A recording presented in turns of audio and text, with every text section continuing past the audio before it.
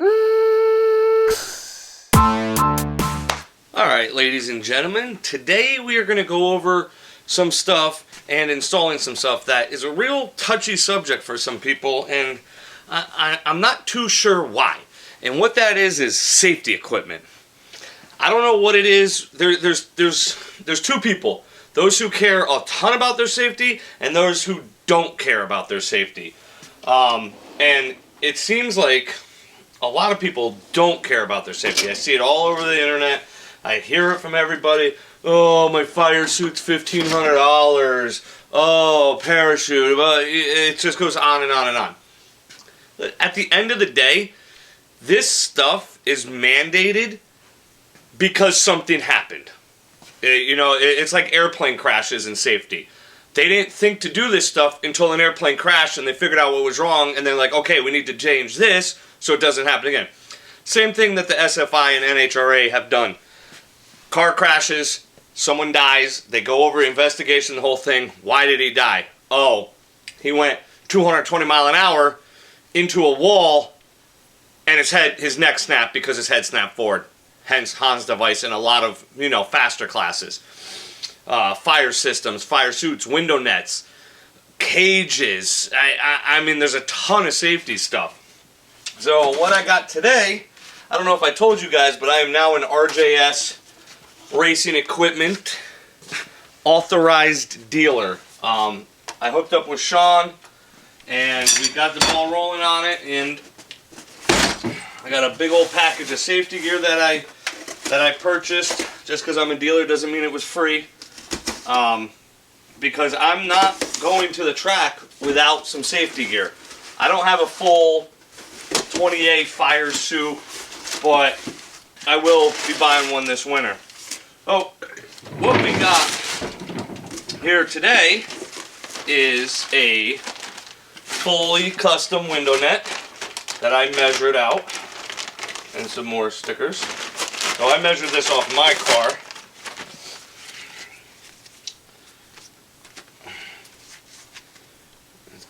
Look, big old date right there. Good till December 2021. Right, what else we got here?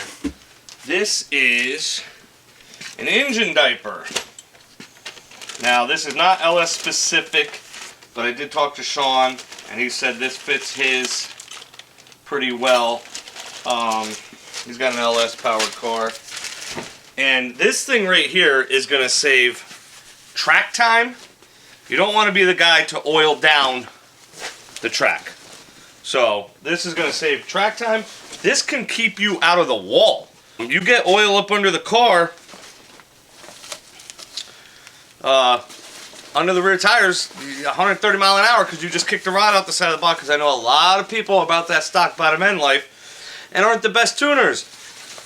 So this is the outer shell. It's got a Velcro on the back to suck it in tighter. And all the hardware to bolt to everything. They made these longer, so this will bolt up by your header because it was getting too close to the header. So these you could actually bend them out of the way a little bit and get them to fit just right. I hope I never have to use any of this stuff. I really don't, because I don't want to, because that means something went bad and it's going to be expensive. And this is a oil pad that just lines the inside of the diaper. This looks exactly like your oil absorber pads that you'll see in any garage in any dealership. So I'll have a couple from work. I'll grab a couple from work and probably put two in there just so it's a little bit thicker than this one. Now this thing has got some weight to it.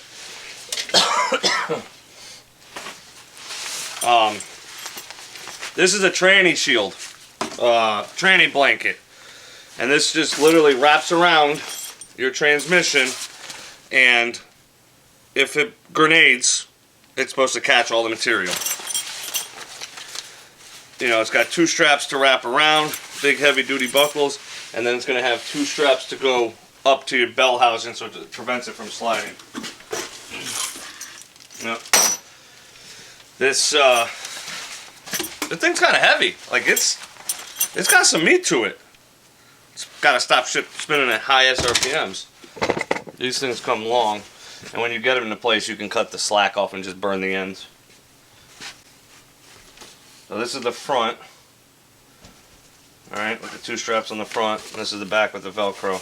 This is not designed to stop something shooting out. It's just designed to catch the oil and water that you're going to shoot onto the floor.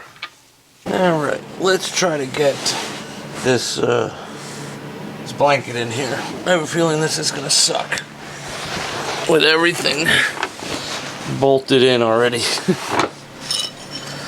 What I'm going to do is I'm going to try. I've never put on a blanket before. I think I'm going to try to put these up on the exhaust studs on this side, and then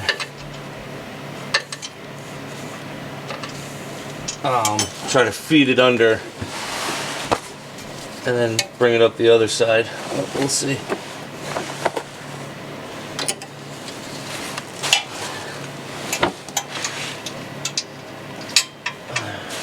Like I said, it's nice to have the length because I had to see the curve I put in that thing compared to the straight, because it's in the way of the spark plug. So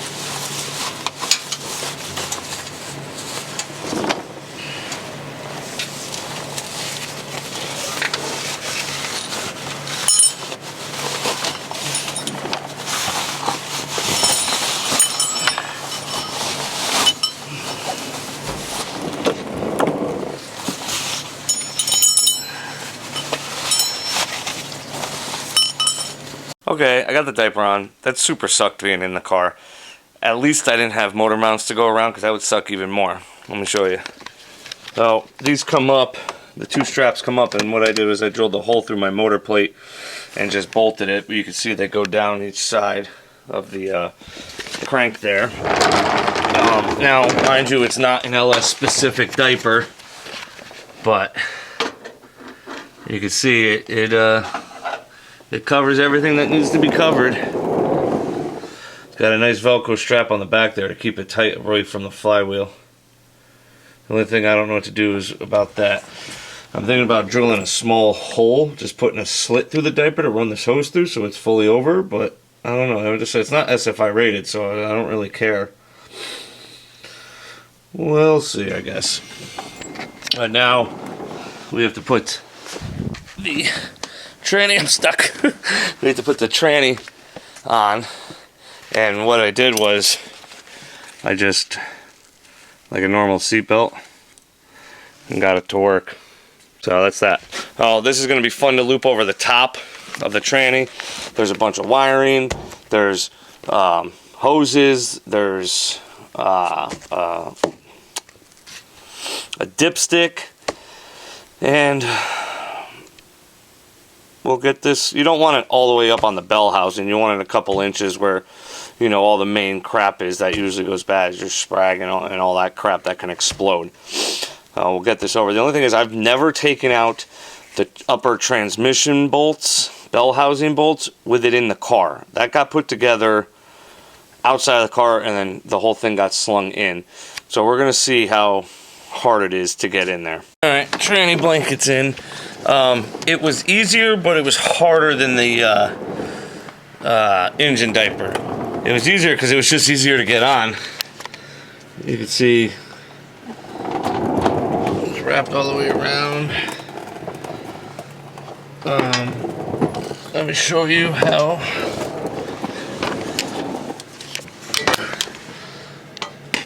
Hey, bell housing bolt, tighten it down. These ratchet it down pretty good. Yeah, we're fully protected now under here. Now, the only other thing we're going to put in on this video is the window net, and that takes quite a bit more work, as I got to weld tabs onto the cage. I got to cut, weld, grind, and do all that fancy happy ass stuff. I'm gonna get that set up now. I got to put my door bar back in, so I see where everything lands and where it's got to be welded. All right.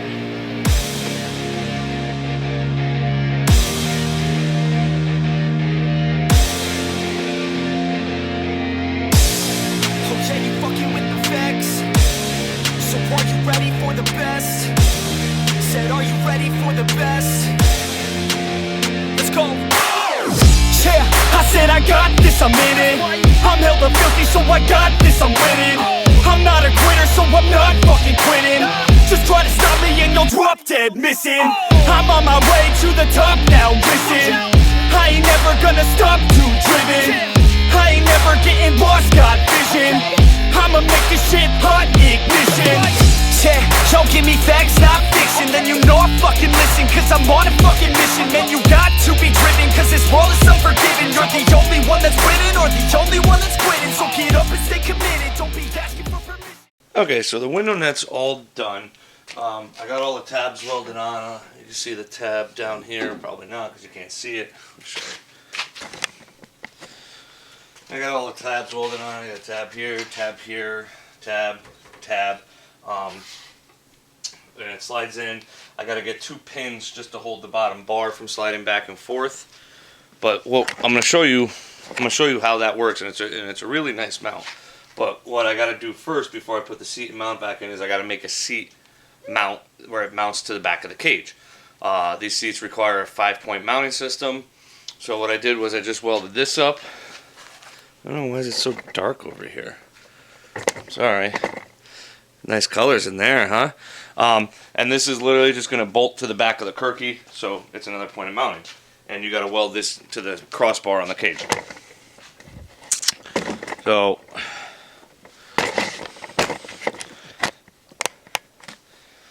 I got the seat just sitting in there.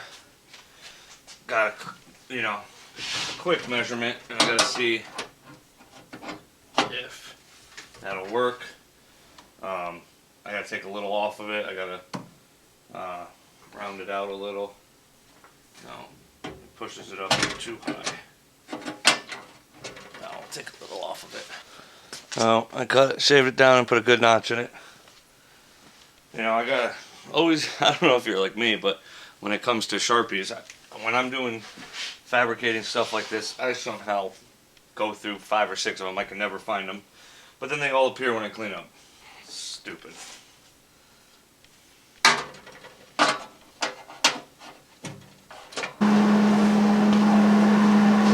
There, you can see the seat back mount.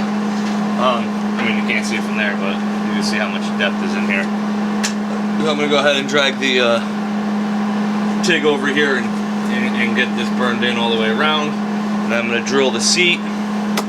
Bang. Bolt everything back in and it's good to go again. Alright, let's see, it's bolted in. There's the mount. 5 points. That thing's solid. So we're pretty much all set here. You can see going on that. I know it might be hard to see, but you can see my handle here. Alright, and all this is spring loaded. See that? So if something happens, or you're just getting out of the car, you can reach up, find this handle, and the net is out. That's it. And it's actually easy to put in. I'm not gonna be easy with a helmet to put it in, but that's it. It's in. This is actually a pretty trick. This is from Race Quip.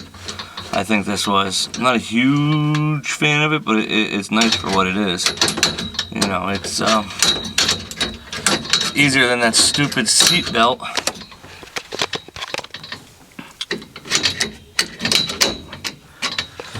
Oh, and I left my net. I think I put a 1/2 inch or 1 inch on it. I don't know if you can see, but I pretty much got it so there's enough slack in here so I can have my shoulders. This thing's not strung straight down, so it pretty much contours. Because it's a little tight in here with everything, and, it's just, you want to be as comfortable as you can, So, safety, it's a #1 priority on the racetrack. It should be a #1 priority in your program, in your garage, or whatever. Like I said, this is to have fun. We're supposed to go home smiling at the end of the day, having a blast, drinking a cold beer, not in an ambulance or a body bag. So get these safety things done to your car so it's nice and safe for you to race it. Engine diaper, transmission blanket, window net, with an easy release, not one you're gonna sit there and fight with trying to get out, because you gotta remember, this is like worst case scenario stuff. 140 mile an hour, engine lets go, water and oil under the tires, sideways wall, on your roof, on fire. The last thing you want is a 1-layer suit, a latch you can't get off, and you're stuck in the car burning alive. I can't be any more blunt about that. That's what can happen. It has happened. Let's prevent it. You know, you want to go home at the end of the day, see your family, see your friends, and have a race car. So that will be it. The only thing I need left now is my seatbelts, which I'm ordering this week. That's the last piece of safety gear I need for the track. I'm not having my cage certified. It's going to be the end of October. I'm racing it. Who knows if I'll even put it into the 9s. I don't want to get it certified for one test and tune and then the car sit for 6 months over the winter. So I'm not going to get that certified. I'm not going to get my competition license. I'll do all that in the spring when the car's back out, and I know at least I'll get a year out of racing it. So we will. I got a small to-do list, small stupid little things. Check fluids. I got to fix the crack in my valance. A couple of small things. But we're going to make the track on the 27th. If you're local to New York, Lebanon Valley, I will be there on the 27th, test and tune. And we'll have some fun and see what this thing finally does. I don't know if I'll put out another video between here and there. Maybe not. Who knows. But like usual, guys, get in the garage, have a cold one, work on your hot rod, have a good night.